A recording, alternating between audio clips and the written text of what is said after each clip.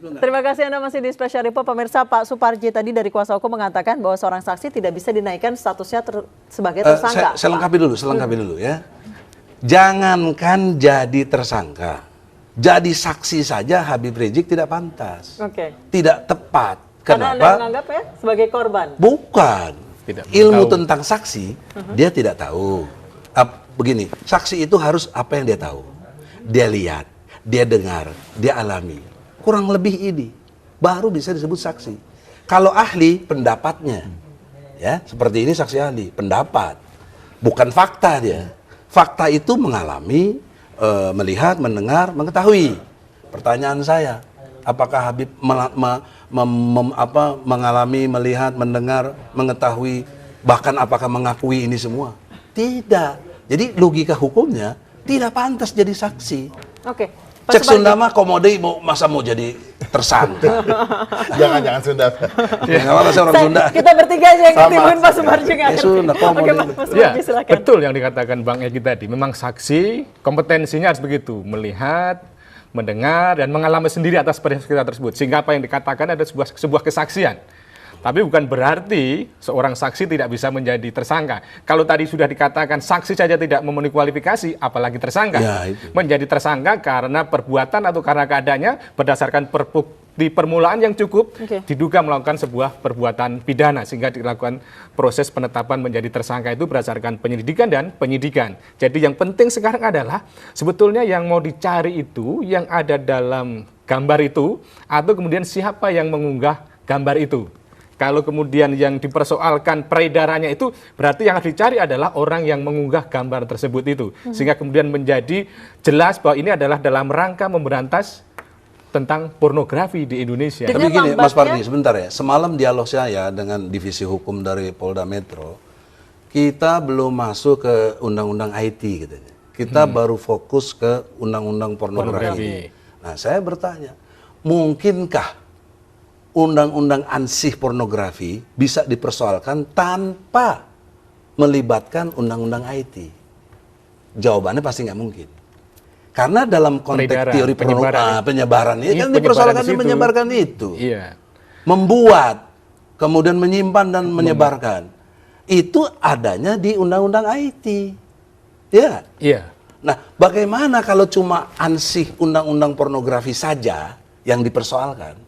Yang padahal secara untuk kepentingan sendiri tidak pornografi, tidak pidana, tanpa dikaitkan undang-undang IT. Pertanyaan saya serius secara ilmu hukum. Bisa nggak? Kan harus ada sebab akibat. Nggak bisa. Nah, persoalan keduanya, mengapa polisi sampai hari ini belum bisa menemukan anonimus tadi itu? Pak Suparji. Belum bisa. Ya, memang ini sebuah tanda tanya besar. Kenapa kemudian tidak segera ditemukan yang disebut anonimus tadi itu? Sehingga kemudian kalau ini ketemu menjadi persoalan, menjadi terang benderang. Konon katanya kan Habib menjadi tersangka karena dianggap menyuruh ya, menyuruh mendokumentasikan yang memenuhi unsur ketelanjangan sehingga kemudian memenuhi unsur di pasal. Padahal itu kebenarannya pun masih diragukan. Tidak didukung dengan alat bukti yang valid karena masih ada perdebatan tentang kebenaran dari alat bukti tersebut, baik proses penangkapannya, proses penyitaan atau proses penelitiannya gitu. Oke. Abah, untuk mengetahui siapa yang mengambil foto tersebut, karena tadi Abah mengatakan untuk sebuah screenshot seperti itu tidak mungkin adalah data penyadapan. Namun seseorang yang pasti memegang HP. Telepon seluler milik sang empunya itu. Yang di fake. Apakah bisa diketahui siapa yang kemudian menyebarkan pertama kali? Kalau tadi Pak Egy sudah menyebutkan bahwa sudah diketahui ada sebuah nama yang... Ya, ini laporan polisi di Surabaya yang bernama Philip. Philip melaporkan ditemulah akunnya itu dibajak orang, namanya Stephen Yong. Nah, harusnya kan dilacak si Stephen Yong ini siapa? Oke, Abah. Gini, kita kalau bicara yang namanya sekarang menghubungkan antara siapa yang mengunggah dan kemudian sumbernya dari mana, itu selalu mulai kita bisa bilang ya terlalu teknis, saya bilang, tapi anggaplah kita bilang mengidentifikasi dari perangkat yang diunggah dengan yang diterima. Iya. Perangkat ini dalam itu saya bilang sebenarnya dokumen, file foto ya. Nanti identifikasi dari file tersebut itu bisa ditelusuri. Mulai tampil di mana dan kemudian si pemiliknya ini mendapatkan konten itu dari mana. dan kemudian konten ini kira-kira sesuai nggak dengan yang ada di perangkat yang pertama kali dilihat. Betul. Kalau memang tidak sesuai, biasanya apa lebih besar atau lebih kecil? Kalau lebih kecil berarti setelah melakukan editan. Nah, saya ingin meluruskan bahwa selalu orang bilang, wah, Abah sudah bilang bahwa ini sudah diedit, ini kontennya ini gitu ya. Banyak sekali di media dibilang gitu kan, udah diedit. Tapi saya bilang di sini bahwa konten tersebut secara foto itu tidak direkayasa, tetapi sudah mengalami pengeditan. Kenapa pengeditannya? Ada gambar yang ditutupi, ya kan, area-area yang dia bilang tidak patut itu ditutupi, dikasih gambar-gambar yang kartun lucu-lucu ya. Nah, karena melakukan itu sudah pengeditan secara telematika. Sudah tidak orisinil. Sudah nggak orisinil kalau dia bilang pengunggahan. Nah, kemudian kalau tampilannya gede, kemudian kita cropping saja sedikit, itu sudah pengeditan. Gambar terlalu jelas, kita kontraskan, kita gelapkan dan lain sebagainya. Edit itu juga. semuanya pengeditan semua. Yang sudah mulai terjadi rekayasa saat tidak ada ponsel jadi ada ponsel, saat tidak ada berbentuk ini jadi ada itu. Itu yang dibilang ada rekayasa gitu loh. Nah, dari sini sekarang kita bisa melihat sampai konten tersebut tampil itu kan yang sudah diedit, yang sudah ditutup-tutupi. Nah, kalau itu umpamanya kemudian tidak ketemu sumber penerimaan datanya, berarti sekarang kita bisa menelusuri lagi bagaimana sumber-sumber ini selain kepada si A itu nyebarnya kepada siapa saja. Karena bisa jadi saja sampai kepada si pelaku pengunggah ini bukan lewat ranah digital, tetapi dalam arti telematika yang istilahnya transmisi ya. Tapi lewat misalnya dikasih USB flash disk kemudian diunggah. Brother, kembali ke pertanyaan pertama Mbak Nisa. Siapa yang pertama dari HP? Bisa ketahuan. Ya, siapa bisa itu? Yang pegang jangan handphone. nanya saya dong. Ya kan anak ahli. Nah, nanti kalau saya Kata Nabi tanya pada ahli. ada ahlinya, tetapi kan nanyanya ini bukan di ranah hukum. Kita kalau di talk show nggak mungkin, saya nggak ada kepentingan saya harus ajarkan Anda. Foto tersebut sudah melalui editan, namun bukan wajah dan tubuhnya. Bukan rekayasa di wajah tubuh. Hanya menutupi Bagian-bagian bagian-bagian tertentu. Itu yang editannya Kalau di kayak situ. gitu, Pak Suparji, apakah memungkinkan untuk dianggap sebagai atau dituduhkan pasal pornografi seperti itu? Ya, sekarang siapa yang mau dituduh kan? Ya, kalau kemudian yang dituduh Habib, ya tidak terpenuhi unsur di situ kan? Nggak ada unsur. Terus kalau kemudian yang dituduh Firza, dia jadi korban malahan kan? Berarti yang bisa dituduh adalah siapa yang mengedarkan di situ, gitu loh. Sekarang siapa begitu. sasarannya di situ? Itu benar. Gitu. Maka ini yang perlu ditelusuri kan, sekarang menjadi bias ini arahnya kemana kita tidak tahu nih. Sekarang Firza sama Habib yang sudah menjadi tersangka, padahal dua orang itu belum tentu juga pelakunya, tapi yang jelas sudah beredar itu loh. Yang jelas-jelas sudah bisa dipastikan itu sudah beredar, berarti ada yang mengedarkan, dan itu yang harus dimintai pertanggungjawabannya gitu. Oke. Pak Egy kemarin bertemu dari video yang berada di media sosial, bertemu dengan Rizik Syihab, betul? Yo, ketemu. Apa saja yang dibicarakan ketika itu? Ya, dia bicarakan, kan gini, saya bertanya, Beb, kita jujur secara Islam nih, apakah benar nggak cerita selingkuhan ini? Saya jujur, saya nanya. Kalau orang lain mungkin nggak berani nanya atau apa. Habib jawab, ente kayak bukan teman. Kalau ente teman baik nggak perlu nanya begitu. Itu namanya ente nggak kenal aneh. Saya sudah mubahalah. Nah, mubahalah itu dalam hukum Islam itu keras sekali. Ya, kita yang Muslim kalau mengerti tentang mubahalah, itu kalau misalnya saya menyatakan sesuatunya tidak benar, maka laknat buat saya. Tapi kalau yang dituduhkan itu tidak benar kepada Habib, yang nuduh itu yang kena. Oh, ini laknat Allah, azab Allah itu besar sekali. Nanti banyak sekali hal yang mendasar dari situ. Nah, saya sebagai orang yang beriman, walaupun masih kurang lah, tapi saya sangat takut dengan mubahalah ini. Artinya kalau kita nggak percaya mubahalah ini, kita yang dosa loh, bos. Dia udah bersumpahnya demi Allah.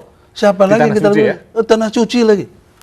Oleh karena itu, dalam konteks itu, sekarang kau lakukan aja lah. Kan kau udah percaya kau sebagai lawyernya. Kau jawablah secara ilmu hukum yang benar. Alasan makanya Pak Rizik Syihab ini tidak mau kembali ke Indonesia? Alasannya begini. Justru ini banyak pendapat dari para ulama yang lain. Karena sudah pasti kalau datang langsung ditahan. Kan begitu. Contoh kasusnya Ustadz Khotot. Belum bergerak aja sudah ditahan.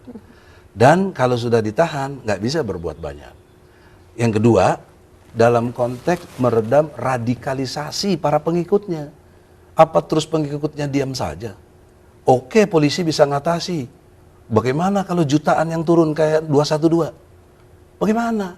Bisa rusuh. Bisa ada konflik horizontal mungkin dengan para pendukung. Oke, Pak Suparji, apakah dibenarkan tidak memenuhi panggilan kepolisian? Ini bukan soal benar nggak benernya, ini soal dampak sosial. Artinya Kalau sampai Habib diperlakukan begitu, itu terjadi, siapa yang tanggung jawab? Nah, Oke. oleh Mas karena itu Suparji. satu lagi poin yang penting lagi adalah bahwa dengan adanya Habib begitu dia merasa difitnah, penakut, lari dari kenyataan, dia terima fitnahan itu semua dalam arti satu kritikan yang buat dia menderita untuk itu. Tapi dia demi menjaga, dia pesan sebenarnya jangan sampai ada satu tetes pun darah turun, jangan. Oke. Karena tidak pun ada pepercahan bangsa ini. Pak Itu Suparji, yang saya apakah pegang. dibenarkan tidak memenuhi panggilan polisi? Sebagai negara hukum, sebagai warga negara yang baik, mestinya menghormati proses hukum itu. Dengan pertimbangan-pertimbangan tadi mungkin masuk akal saja. Tetapi yang penting adalah bagaimana bisa memberikan jaminan perlindungan hukum bagi semua warga negara, termasuk juga bagi Habib yang akan dipulangkan seandainya nanti pulang. Jadi yang penting adalah polisi harus berikan jaminan bahwa akan tercipta ketenangan, keamanan di Indonesia ini, dan Habib kemudian bisa pulang dengan tidak menimbulkan dampak-dampak yang tidak baik. Memang menjadi spekulasi yang kurang positif buat Habib kalau seandainya dia tidak pulang ke Indonesia. Berbagai fitnah, meskipun beliau itu menerima fitnah itu, tetapi itu menjadi sesuatu yang kurang baik. Menurut saya memang lebih baik sebagai warga negara yang baik, bertanggung jawab, memberikan keterangan sesuai dengan proses hukum. Ada dua hal penting ya, saya bantah ya. Karena saya mengalami ke sana, tahu persis gitu. Pertama adalah Anda bilang menghormati hukum. Itu lompatannya sudah jauh. Harusnya bertanya dulu, apakah polisi menghormati hukum dalam melaksanakannya ini? Kan enggak, sudah jelas diskriminatif sejak awal. Bagaimana kita mau menghormati hukum sementara pihak kepolisian tidak menghormati hukum? Jangan dibalik begitu dong. Itu satu. Kedua, Anda berani nuduh Nabi Muhammad tidak baik ketika mau dibunuh hijrah ke Madinah dari Mekah. Berani Anda bilang Nabi Muhammad tidak baik. Itu strategi, dimensi kemanusiaan. Jadi apa strategi yang saat ini tengah disusun oleh Rizik Syihab? Itu Pak tadi saya sudah mengatakan Habib sangat rugi diperlakukan begini. Tadi dianggap kurang baik segala macam. Tapi demi jangan sampai terjadi pertumpahan darah. Anda apakah jangan memang kira. sudah ada pergerakan massa di Jakarta? Oh, Anda jangan lihat begitu dong. 212, sebelumnya 411. Tapi itu kan aksi damai, Pak Egy. Iya, itu damai kenapa? Karena memang tidak ada apa-apa. Tapi kalau semua rakyatnya tahu atau pengikutnya tahu bahwa dia diperlakukan tidak adil seperti ini, gimana nggak ngamuk? Jangan kita lihat aja supporter bola coba. Bola, urusan apa bola itu? Tapi kalau idaman pemain bolanya kenapa-napa, ngamuknya kayak apa supporter. Ini ulama punya pengikut yang sangat karismatik begitu loh. Terlepas bagi yang lain nggak penting atau nggak dianggap, tapi bagi yang pengikut Habib, coba-coba hina dia. Dan ada jutaan ya? Oh iya dong. Oke. Pak itu Suparji, gimana, Bos? apakah dimensi sosial juga perlu diperhitungkan untuk kasus-kasus seperti Ya, ini? Dan kita harus. lihat memang trial by mob terjadi di Indonesia. Ya, pertimbangan-pertimbangan sosial harus dipertimbangkan. Bagaimana hukum itu tidak menimbulkan kegaduhan, tidak menimbulkan masalah baru, karena hukum dibuat untuk menyelesaikan masalah yang sedang dihadapi gitu. Jadi jangan sampai kemudian persoalan ini menimbulkan masalah-masalah baru dan kemudian tidak ada kontribusi baik dalam penegakan hukum kita gitu. Oke. Saya kasih contoh ya, dampak sosial yang sangat besar. Misal nih, paksa polisi, karena udah red notice sekarang, perintah tangkap, bawa ke sini. Semua dengar, akan datang ke tanggal sekian, misalnya jam sekian di bandara. Datang jutaan orang ke bandara. Bagaimana orang mau penerbangan? Tutup bandara itu. 9 triliun. Apakah Rizik Syihab bisa melarang umatnya untuk melakukan hal tersebut? Itu yang dia bilang, saya nggak mampu menahan radikalis itu. Bagaimana saya mau nahan? Dia cinta sama saya dijolimi, terus saya bilang enggak. Oke, baik, kita akan lanjutkan dialog kami usai jeda berikut. Tetap bersama kami di Special Report.